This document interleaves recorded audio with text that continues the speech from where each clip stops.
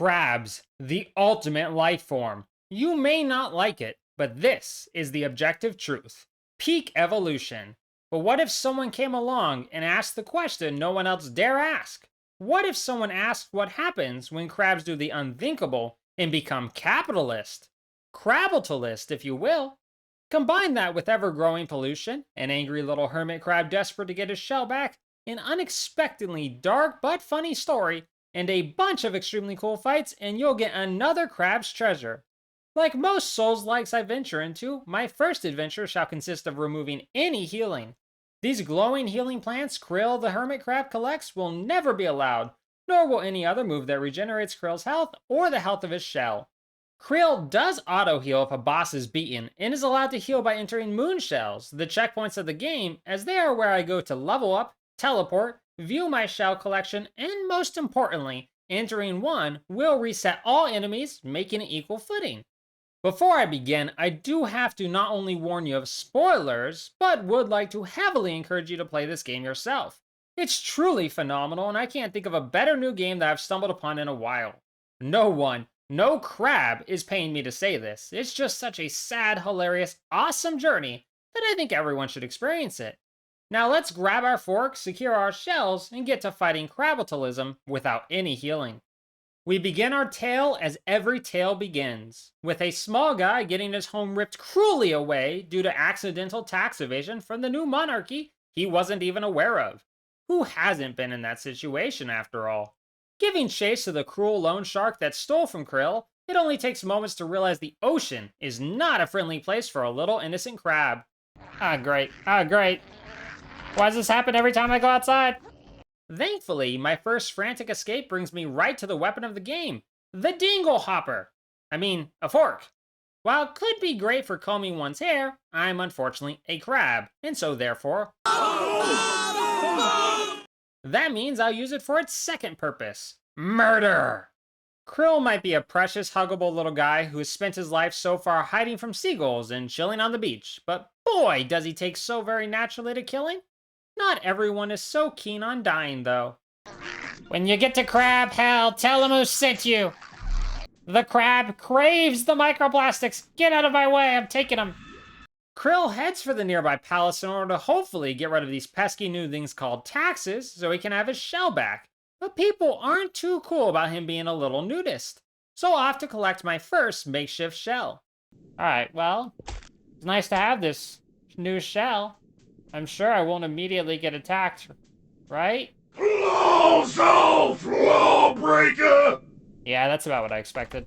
It doesn't take long for this overly righteous crustacean to send me to Davy Jones' locker, but I'm very saddened on resurrection to find that he doesn't reappear. I attempt to get him to show up again, but I'm not worthy of his time.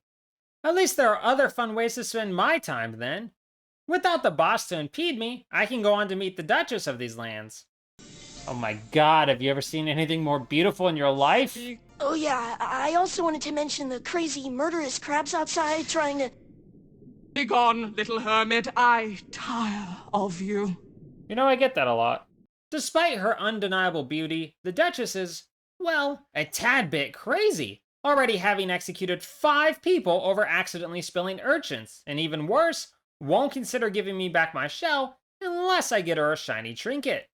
Using my newly acquired grapple, because this is a game in the 2020s after all, so of course there's a grapple mechanic, I can discover that Kril is an awful swimmer, and that dying to a dirty Q-tip is not a pleasant way to go. Streaking through the palace, I sprint back, grab my shell and ever-important microplastics, and then I survive the fight by hiding within my shell until the murderous crab who killed me before falls to his death. Then I'm greeted by the odd Moonsnail, who teaches me the magic of umami. Oh, cool. Oh, never mind, not cool. As well as the opportunity to meet his newfound idol, the mysterious and attractive Moonsnail in the flesh. The cute little blush. Oh, it's so adorable. I'm sorry, this is such a cute little game. Oh, it knocks me back. Well, goodbye. This magic can be channeled in all the shells I find throughout the game, each providing a different power to help destroy my foes as the blood-soaked killer that is this teeny hermit crab. This looks like a boss room, or can you befriend? Please befriend? Ah, you friend? You're not friend. You're definitely not friend. Oh no, my controller disconnected. No, hang on, this is cheating. My controller disconnected. Give me a second. Oh, that's not fair. You got a lot of delayed attacks, buddy. That wasn't so delayed. Getting smacked around by a huge angry crab with a huge glass bottle is less fun than it looks, and my fourth attempt probably should have ended in death as well, with how bad it starts off. But with a nice deal of luck and constant power attacking, plus the sheer power of bubbles, I'm able to best the beast and claim my first boss win. Or mini boss win according to the achievement, which hurts the self-esteem a little with how much he slayed me. Collecting the shiny pearl off his corpse and learning the ways of umami from the Moonsnail, I venture back to where that first boss, the guard captain, was. He still refuses to show himself, but a quick reset of the game and he does me a favor of reappearing in order to slay me. Third time's the charm, as I realize his attacks are rather simple to dodge if I'm not overeager, that is. Plus, I have my magic powers to help me, which I wouldn't at this boss if he hadn't vanished on me earlier, so that makes it even easier to bring the loud Lawbringer low. A shame too, as he seems quite fun of a character. Why do all the most exciting people always want to murder me? Case in point, reaching the palace, everyone is depressed now, including the water itself, and trying to murder me. The biggest threat to me here is Kril's poor swimming ability and my natural inclination to death by falling. Oh great. Goodbye, sweet world, I lost all my stuff. No, but I got an achievement, so you know, there's perks. I'm elated to discover a coconut shell, which allows me to tap into my inner Autobot and roll out, dealing massive damage to the guards blocking my way to the Duchess. Also, to the Duchess herself, when she decides that being a power-mad, crazy crab wasn't enough. Now, being a power-mad, crazy crab who's depressed and engaging in rampant murder. Well, actually, she was doing rampant murder beforehand, so this isn't that much of a change. Her attacks are quite delayed, but mostly not much trouble, except when I forget to account for her long-reaching chain attack. That rarely ends well for me. Almost as easily as your little hermit! Oh, she's definitely mentally stable. It takes a lot to recover from those. Oh, that's gross. Ma'am, I don't know if you know, but I think you have a touch of the consumption. If my coconut shell didn't put out so much damage and absorb so much right back, who knows how long I'd fight this distressed Duchess. But it does, and so marks the first royal dead at Kril's claws. She will not be the last. I just wish there was some sort of sign or something on where to go, or which way I should at least not go. Before I make my way to the big city, I take a load off and just chill as the little guy I am. It's nice to have peaceful moments like this. Well, that's over. Enough of that. Let's get back to the slaughter. I don't want to go on until I've dealt with the royal executioner that caused my first death at the very beginning. He's an aggressive monster who hits hard and will brutally one-shot me. No. Oh, this can't go well.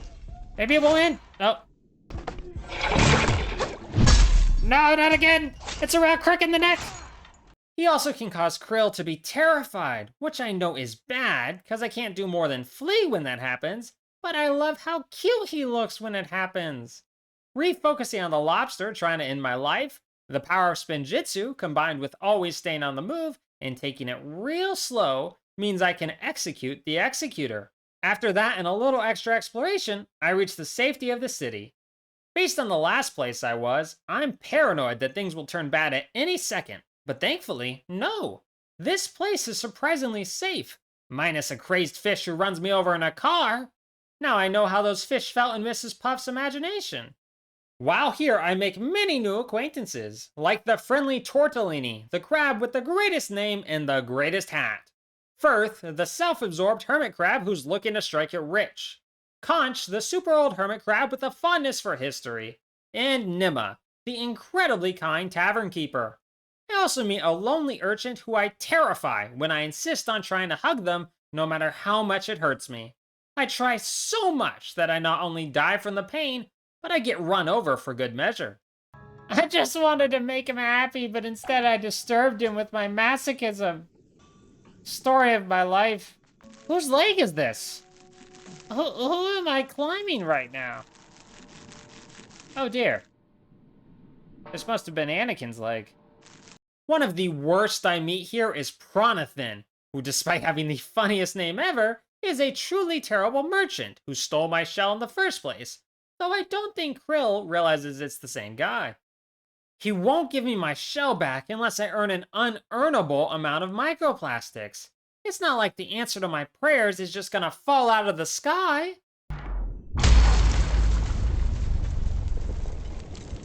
Well, that's disturbing. Well then, that was lucky. Despite the greedy tycoon Roland and his hired gun Inkerton attempting to scare the townspeople from going after this treasure map, Kril is too innocent and determined to ever back down. This inspires the others to also refuse to back down, and so the race for this unknown treasure begins. I'm sure the cereal box from the heavens wouldn't lead us astray after all. But first, I need to pay the microplastics I do have in order to reveal the truth about Kril. Who could have guessed this is really Mr. Crab's prequel story? What a shocking twist. Taking off into the wild sands, I'm warned to stay on the path or risk being devoured by the ravenous crab that hunts here. I have never been too good at listening to sensible advice, and since this big eater has a health bar, I feel I may be able to win if I'm skilled enough. I'm not skilled enough, so sprinting, rolling, and panicking away is my main tactic, because I refuse to stay on the path still. This causes me to get ambushed by underground worms, then spend perhaps way too long luring the worms out of hiding so I can clear this area out. Then after ruining a fish-tastic disco dance party, I try my claw at the ravenous again and again. Huge mistake. I would not recommend doing it. Accepting I'm not ready to fight the giant monster that I was specifically warned not to fight, I scuttle to safety, barely making it away from the hungry boss. Only to run right into Inkerton, Roland's hired gun, who immediately snuffs me out. But only once, as I don't have to deal much damage before I can make him ink and flee. Here's where the difficulty really spikes, as it wouldn't be a Souls-like without a poison swamp area. On one hand, pollution has caused all this, and that's abysmal. On the other hand, without pollution, I wouldn't have all these cool shells. I'm just saying. The amount of murderous fish, some that not only have sizable health pools, but also puke poison everywhere, and some that are packing guns, means I go to my watery grave far too often. While exploring this horrid land, I come across Scuttling Sludge Steamroller, a name I refuse to attempt to say 5 times fast, and he proves to be the deadliest boss of all. Which is just fantastic, because I'm fairly certain he's 100% optional to fight. I think I struggle so much here, simply because he has such style, and it's hard to beat style. Might also be because he has huge reach, fast attacks, and all of them are hard to dodge. I'm just glad dying to a boss always spawns you safely close by, which is such a wonderful blessing to be able to avoid runbacks. After enough bonks on the head, I reassess my strategy and go learn how to use shells as hammers, heavily increasing my damage output at the cost of slower attacks. This does not immediately solve the problem of Spartan Crab, and even though we can both get to near zilch health, he's a tad hardier than I am. Salvation comes partly from learning the fight, but also largely due to my willingness to block far more than dodge, and simply grab a new shell from the ones nearby. If I can avoid death while picking a new one up, it will buy me the time I need to flatten the steamroller. Then it's back to wandering aimlessly till I can find my way again and hopefully avoid death. It doesn't take too much dying before I come upon these gunslinger sisters. Neither have much health and they're not too good at helping each other, but that doesn't stop my reckless assault from ending in my own demise. The sisters don't have many moves either, usually spamming the same 2 on repeat. But it's enough when I refuse to show any patience. Honestly, my win deserves to be a loss too. But surviving with 1% health through sheer, overwhelming fork force does give me victory over the Shrimp Sisters.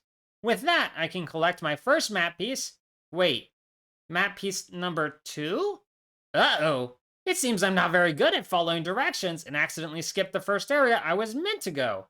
But to be fair to me, I was getting chased by a massive murderous monster at the time.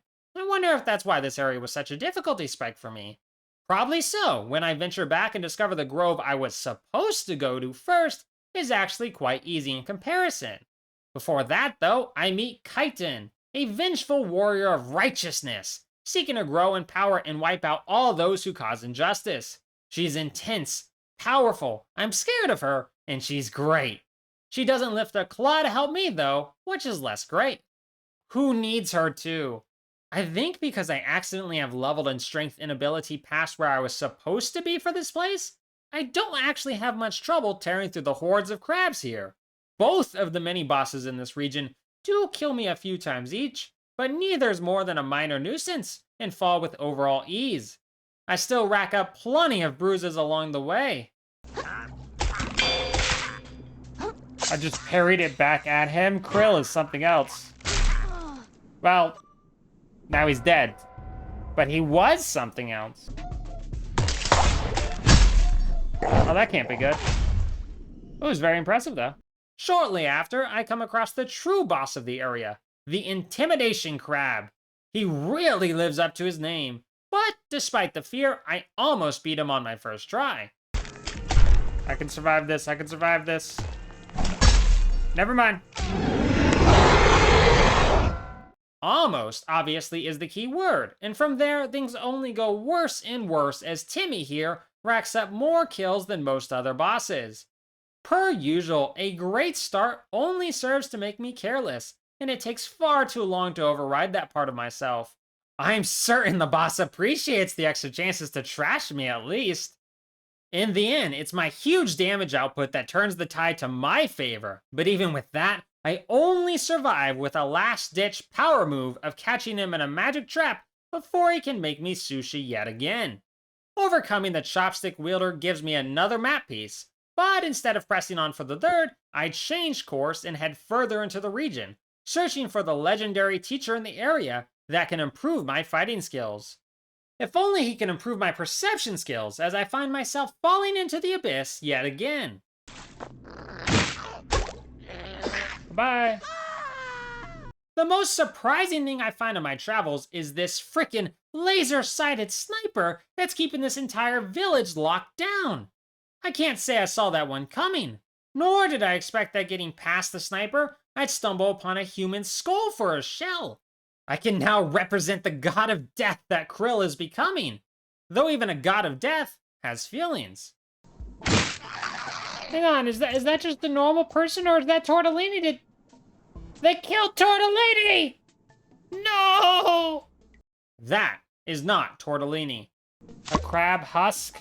I'm wearing the dead body of another crab. This is more metal than the human skull I was wearing earlier. I'm quick to become a dead crab myself when confronted by the teacher mantis shrimp I'm here to learn from. He's one to give monologues and dish out punches, not listen to reason, so I'll need to beat him in combat before I can learn. Probably doesn't help that I'm using the corpse of a crab to whack him. That doesn't exactly scream good guy. Unfortunately, like I said, he's a mantis shrimp, so that means he hits with the same force of a bullet.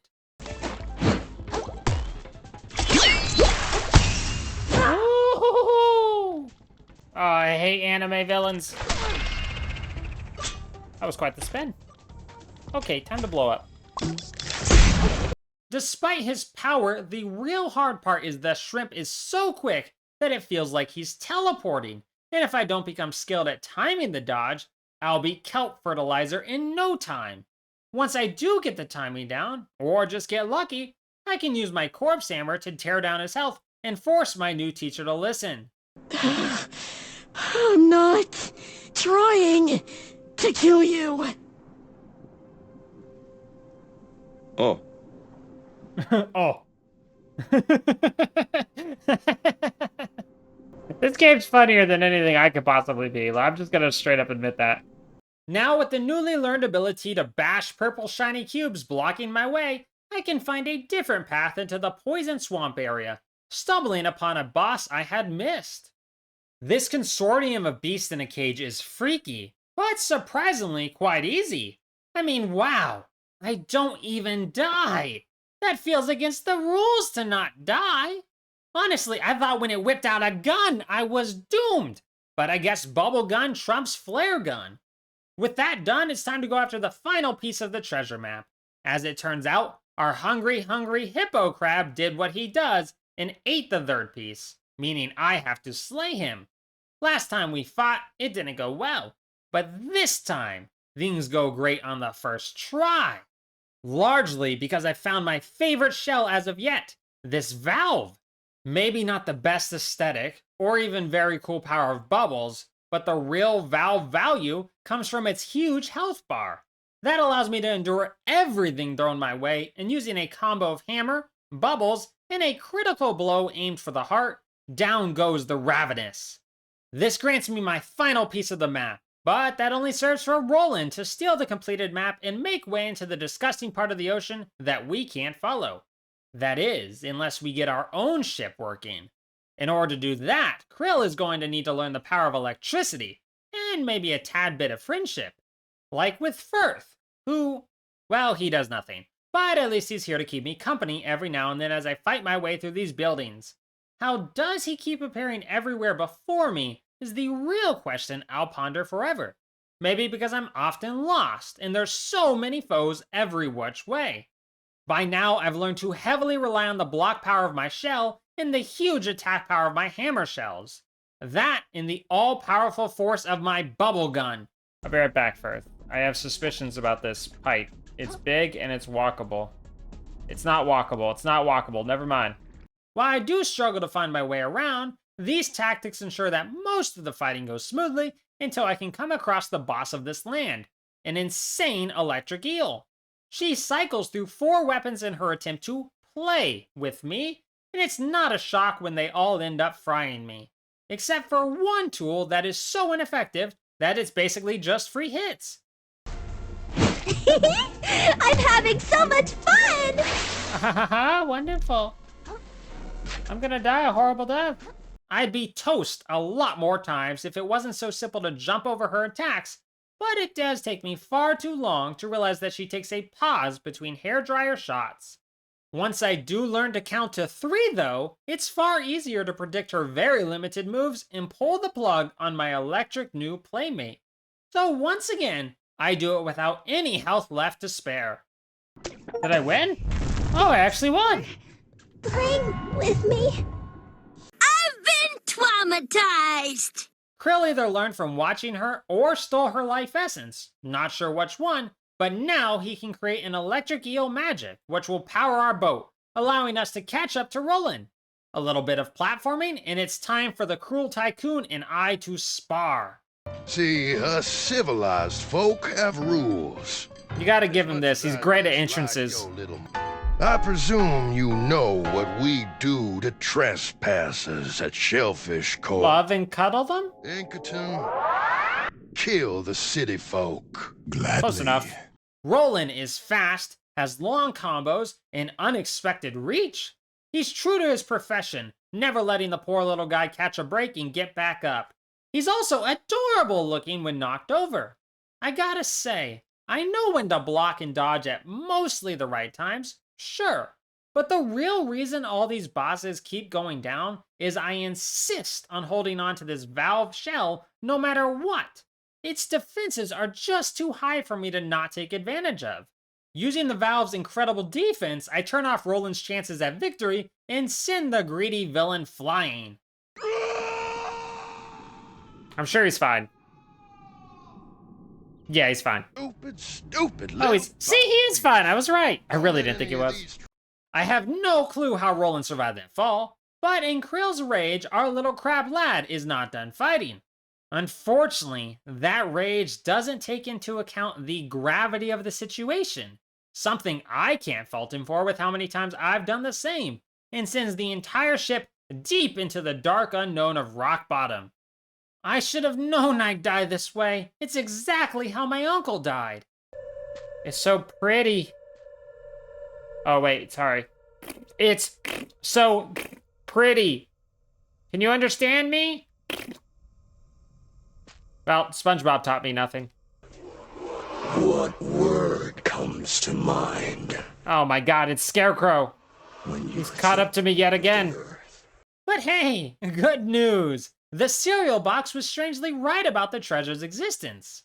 bad news. Do you know what happened to the others? Oh, now you care about the others. Is that right? Yeah. Take a look, pal. Here's the treasure you had us throw our lives away for. What's that? It's nothing! Nothing usable at all! It's human treasure. It means nothing to the crabs. No plastic, no glass, not even a single nugget of foam. So what do we do now? You want my advice? Go find whatever the apex predator is down here and jump in their goddamn mouth! You know, that's some pretty solid advice, actually. It's very easy to do. With the knowledge that the treasure is worthless and hope seeming non-existent, Kril spirals into a Great Depression and is simply done fighting, which down here at rock bottom basically means done living. If you don't fight, you will die like prey, along with the rest of this world. Maybe I don't care. I gotta say, guys, Mr. Crab's backstory is incredibly dark. Who would have guessed? Oh, no. Whoa, whoa, whoa, I care. I care. Fight back. Well, I guess he didn't care. But living's what we do. It's all we can do.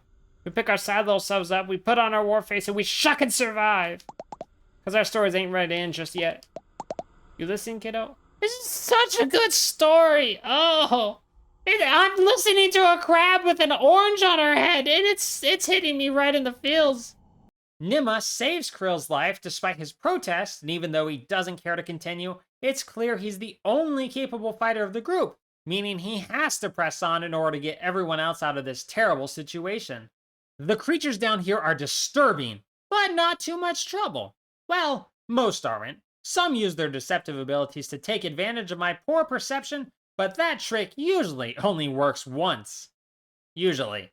Otherwise, the only problem I face down in rock bottom is figuring out where to go in all this advanced darkness. At least I have this always encouraging voice to accompany me down here.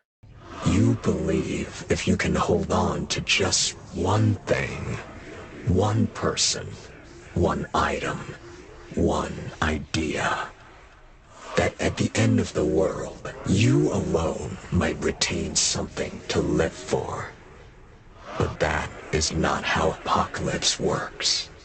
They're a bit of a yapper, and maybe not the most positive voice ever, but company is company.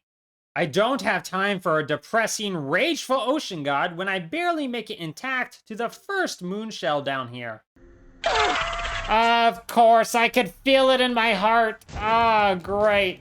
Yep, this shell happens to be Occupado, and while I do survive longer than I'd expect to, I'm not making it through my first attempt alive. But my second try is another story. For ruining the peace of the one sanctuary I can always count on, I hold nothing back. I'm well versed by now in using the Valve's strong defense, and my hammer packs such a wallop that there's little chance for the poor home stealer. Well, actually, I'm the home stealer when I think about it, cause he was here first, but that thought makes me feel guilty. So I'm gonna pretend I didn't just murder a fella for his home, but I'm definitely the bad guy. Using the moon shell, Kril can send everyone to safety, but his journey isn't over. According to the old knowledgeable hermit, there still is a true treasure down here. A shell with godlike powers that is locked away in the old ocean. But while searching for said shell, I stumble upon Roland in that deadly squid Inkerton. They bicker, and like most friends, it ends in bloodshed. Now I have to bring down Inky before he can blast me as well. Alright, I knew I'd have to face you again. But this time I'm ready. I hope. Nope, never mind. Inks really does know how to put up a good fight, with many of his attacks heavily delayed, and his gun able to do to me, well, what it just did to Roland. All his moves are pretty simple to learn, though I still can be guilty of blocking when I really should dodge. It doesn't help that he keeps inking in my face. That's such a nasty move. His real strength lies in his huge health pool, making it a battle of attrition. One I fail when I get too eager a hit from victory.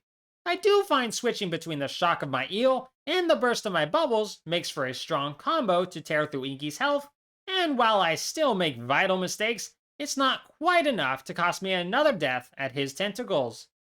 That clears the way for us to descend into the old ocean. While I hoped the crabs here would be friendly, that's a definite no-go, and I'm extra surprised to find nearly every enemy has 2 lives when they molt. What the heck? It's nude! I got killed by a nudist! This is so weird. When you throw in a lot of falling into the abyss and sprinting past slow crabs, it makes my journey still plenty painful, but doable. I am a dream, little crab. Are you flirting with me? Dreamt by every mind extinguished. Honestly, it's sort of working. Every rope strangled throat. Okay, this is definitely flirting. Every oil-filled gill. I think I'm falling in love. I do not care for your verbal prayers. If you want to get my attention, all you need do is scream. Ah! Did it work? The most major change on this end stretch is after a huge platforming section that cost me several lives in my clumsiness, I make it to this hidden away shell. I don't know what warrior had a head this frickin' small, but I'm glad for such a powerful defense.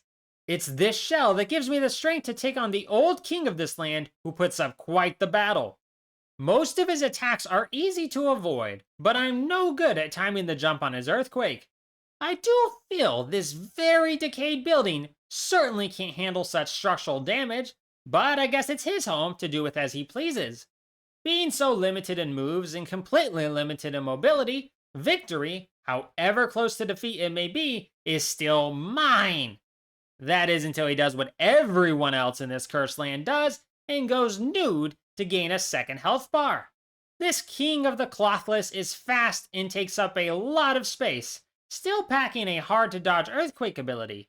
What he isn't prepared for is the power of clothing. My helmet proves to be far superior than any nudity, allowing me to once again tank through what he deals out.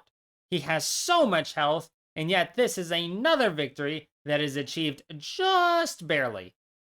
Now it's time to descend into the sacred throne and discover the treasured shell. So close to a joyful end, it would sure be a shame if someone came along off screen and murdered my old hermit crab friend.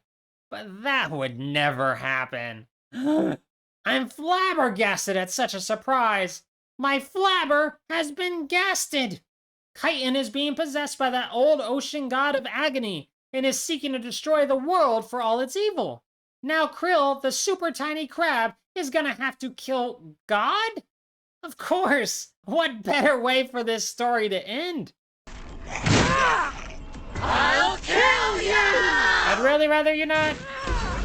My controller came unconnected. Of course, at a great timing like this. Always there in a boss fight. Uh-oh. This fight is quite unusual from start to finish.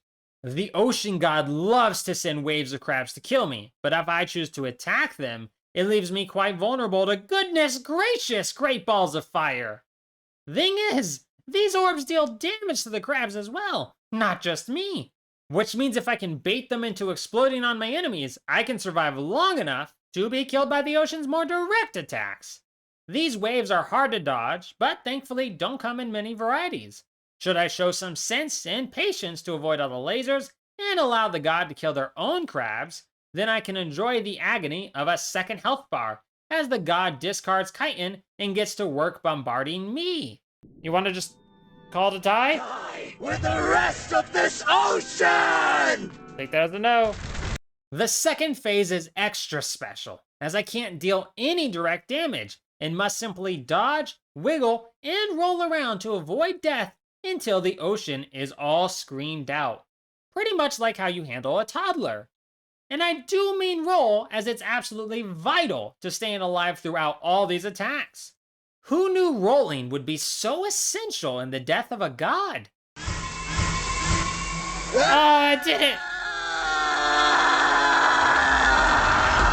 That certainly lives up to its name of the final scream. It's not over yet. Apparently killing a god doesn't end the game. The magical shell that can fix my problems, like saving Chitin's life, is immediately stolen by Firth, who appeared out of nowhere.